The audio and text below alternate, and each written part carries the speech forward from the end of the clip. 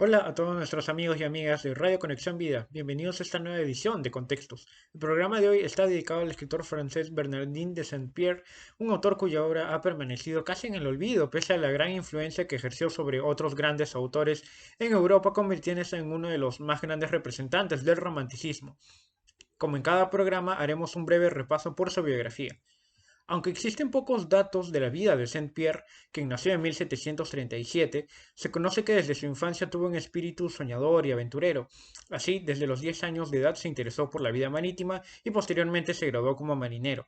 Con este cargo, él ejerció funciones en el ejército francés desde 1760, sin embargo fue separado por insubordinación y llegaron años difíciles para él, ya que estuvo viajando por toda Europa en busca de empleo como ingeniero. Al haber visitado Holanda, Rusia, Inglaterra y otros países, decidió volver a París para iniciar su carrera de escritor. Escribió primero de este modo unas memorias acerca de sus viajes y a lo largo de esta experiencia ganada, Saint-Pierre concibió el proyecto de luchar por una república ideal donde la convivencia pacífica reinase y las personas sean conducidas en todas sus acciones siempre por motivaciones benévolas. Esta utopía, como era de esperarse, no logró tener mucho efecto en la realidad, por lo que Saint-Pierre puso todo su empeño en describirla a través de la literatura. Así nacieron sus Estudios de la Naturaleza, escrita en 3 volúmenes e influenciado también por la figura de otro gran filósofo de la época y uno de los artífices de la Ilustración, Jean-Jacques Rousseau. En 1803, Saint-Pierre fue incorporado como miembro de la Academia Francesa, ya habiendo escrito para entonces pocos cuentos, dramas y sobre todo estudios sobre la naturaleza y textos de sentido moral, del que perduran muy pocos en realidad traducidos al español. Y si bien fue una persona un poco difícil de tratar, en el plano literario destacó por un estilo completamente distinto, donde resaltó por el contrario la dulzura o la sutileza de su tono referido a sus personajes y temas. El autor falleció finalmente en 1814. Bien, sin más preámbulos vamos a analizar una de las mejores novelas que se han escrito en Francia. Nos referimos a Pablo y Virginia, una historia que apareció en 1787, apenas unos años antes del estallido de la Revolución Francesa. La trama que nos presenta Saint-Pierre en esta novela es muy sencilla, de un argumento incluso común, en el que dos personajes que compartieron su infancia desde muy pequeños en una isla se acercan lo suficiente para establecer un vínculo amoroso, sutil, pero sobre todo genuino. La llegada de la modernidad, la salida de alguna forma violenta de uno de ellos hacia este elemento, traerá para ambos una desgracia paulatina que dejará a los protagonistas y al narrador de esta historia completamente devastados. Se trata de uno de los desenlaces más dramáticos contados con uno de los estilos más hermosos que se hayan escrito en el siglo XVIII. La edición que me acompaña hoy es del año 1958 y pertenece a la editorial argentina Jackson. La novela en sí es corta, no supera las 100 páginas y es uno de los relatos más emblemáticos del romanticismo francés. Teniendo esto en claro, vamos a revisar ahora a continuación algunos fragmentos de este libro. Una alimentación sana y abundante desarrollaba rápidamente los cuerpos de los dos jóvenes, y una educación suave pintaba en su fisonomía la pureza y el contento de su alma. Virginia solo tenía 12 años, ya estaba su talle casi formado. Largos cabellos rubios cubrían su cabeza, sus ojos azules y sus labios de coral brillaban con la luz más tierna sobre la frescura de su rostro. Labios que siempre sonreían cuando hablaban, pero que cuando guardaban silencio, su natural curvatura les daba una expresión de extremada sensibilidad y hasta de una ligera melancolía. En cuanto a Pablo, ya se veía en él desarrollarse el carácter de un hombre en medio de las gracias de la adolescencia. Su estatura era más elevada que la de Virginia, su tez más morena, su nariz más aquilina y sus ojos, que eran negros, hubieran tenido un poco de altivez si las largas pestañas que le servían de marco no les dieran la mayor dulzura. Aunque siempre estuviera en movimiento, desde que su hermana aparecía se tranquilizaba e iba a sentarse junto a ella. Con frecuencia transcurrían sus comidas sin que se dijeran una palabra. Con su silencio, el candor de sus actitudes y la belleza de sus pies desnudos, se hubiera creído ver un grupo antiguo de blanco mármol representando a varios de los hijos de Níobe, pero con sus miradas que se buscaban, sus sonrisas correspondidas con sonrisas más dulces, se los hubiera tomado por esos hijos del cielo, por esos felices niños cuya naturaleza es amarse y que no necesitan expresar el sentimiento ni la amistad con las palabras. En estas líneas de la primera parte de la novela se nos presenta ya, en boca de un viejo testigo, la historia de Pablo y Virginia, los protagonistas de esta historia, cómo en la cercanía de una pequeña aldea de una isla en posesión de Francia, nace en ambos esta amistad genuina y al mismo tiempo un amor fraternal que poco a poco va escalando hasta alcanzar un sentimiento mayor de atracción. La bondad que recorren las páginas de esta novela, el candor, la ingenuidad y ese aire casi virgen que nos expone a través de la naturaleza de la isla, sin la contaminación de la modernidad ni de la educación formal, ni siquiera la de instrumentos tecnológicos, son aquí no tanto unas carencias, sino más bien ausencias que contribuyen a esta atmósfera de una felicidad aldeana y perfecta.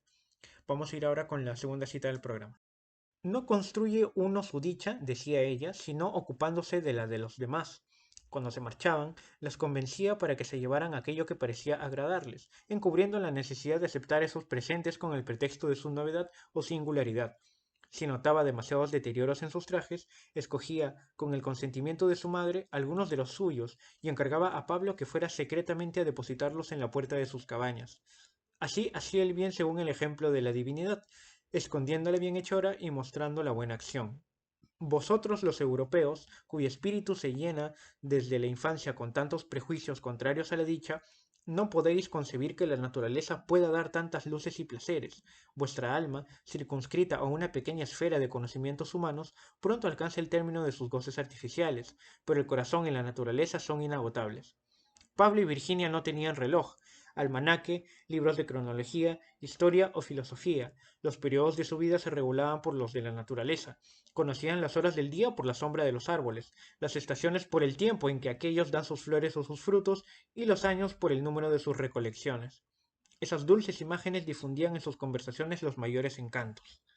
Es hora de comer, decía Virginia a la familia. Los bananeros tienen la sombra a sus pies. O bien, la noche se acerca, los tamarindos cierran sus hojas. A sentimiento del autor, como mencionamos anteriormente, y del narrador también, los conocimientos intelectuales no contribuyen ni exaltan más la naturaleza, por el contrario, apartan al ser humano de ella y de todo lo que es esencial. La exaltación del campo, de la vida sencilla y pastoril, son otro de los temas clásicos del romanticismo. De allí que Saint-Pierre sea considerado como un representante de esta corriente literaria. Sus personajes, además, son la muestra concreta de estas ideas. Por eso la medida de todas las cosas son los, coco son los cocoteros, los árboles, las sombras del día y todo aquello que puedan percibir y leer de la naturaleza. Todo lo demás es prescindible.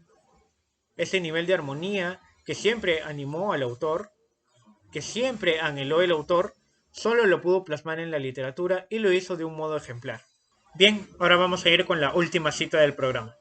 Pablo sembró con el mayor cuidado las semillas europeas, y sobre todo las de violetas y escabiosas, cuyas flores parecían tener alguna analogía con el carácter y la situación de Virginia, que tan particularmente se las había recomendado. Pero sea que se estropeasen en el trayecto, o porque el clima de esta parte de África no les fuera favorable, lo cierto es que solo germinó un reducido número que no pudo desarrollarse. Sin embargo, la envidia, que hasta se adelanta a la dicha de los hombres, sobre todo en las colonias francesas, difundió por la isla rumores que inquietaban mucho a Pablo. Las gentes del buque que trajo la carta de Virginia aseguraban que estaba a punto de casarse. Designaban al señor de la corte que debía ser su marido. Algunos hasta decían que era cosa hecha y que habían sido testigos. Pablo desdeñó primero tales noticias proporcionadas por un buque mercante, que con frecuencia extiende falsas nuevas por los lugares donde pasa. Pero como varios habitantes de la isla con pérfidas intenciones se apresuraban a compadecerle por este acontecimiento, comenzó a darle algún crédito. Además, en algunas de las novelas que había leído veía la traición tratada como broma, y como sabía que esos libros contenían pinturas bastante fieles de las costumbres de Europa, temió que la hija de la señora de la Tour llegara a corromperse y a olvidar sus antiguos compromisos. Sus conocimientos lo hacían ya desgraciado. El conflicto general de la trama ya ha comenzado. Pablo ha viajado a Europa para comenzar una carrera y volver a la aldea en esta isla de Francia. No obstante, la nostalgia del terruño y sobre todo el amor que siente hacia Virginia le hacen sentir diversos pesares a medida que el narrador va contando estos episodios. Una de las muestras en las que se hace hincapié son las semillas que Virginia envía a Pablo para que sean plantadas en África, pero estas no germinan del todo a la par que avanzan los rumores de un posible matrimonio de Virginia con otro hombre adinerado. El retrato de las inseguridades y los celos crecen en la narración, Sin embargo, el infortunio más grande entre ambos personajes aún está por suceder. Pablo y Virginia en general se ha convertido en el paso de los siglos en una novela clásica, más que por el fondo, por su forma tradicional que la afilia al romanticismo. La exaltación de la naturaleza, el rechazo hacia el excesivo racionalismo que se vivía en Francia en los inicios de la Revolución son los ejes de lo que atraviesan sus personajes. Las descripciones pausadas, pero también certeras en los campos, los tipos de plantas y frutos, combinados con el clima, dan la atmósfera de un Edén o un lugar paradisíaco donde no tiene cabida el conocimiento occidental. Por el contrario, las ciencias pervierten lo esencial a criterio del autor Bernardin de Saint-Pierre. El cargado sentimentalismo, el drama de los pasajes finales y la ciega confianza en la bondad humana han hecho de esta novela una obra mucho mayor y que ha servido de influencia para muchos autores del siglo XVIII y XIX. Espero que el programa haya sido de su agrado. Nosotros ya nos reencontraremos en la siguiente edición de Contextos. No olviden seguirnos en nuestras redes sociales de Radio Conexión Vida y también en la página web www.radioconexionvida.pe. Conmigo será hasta el siguiente programa.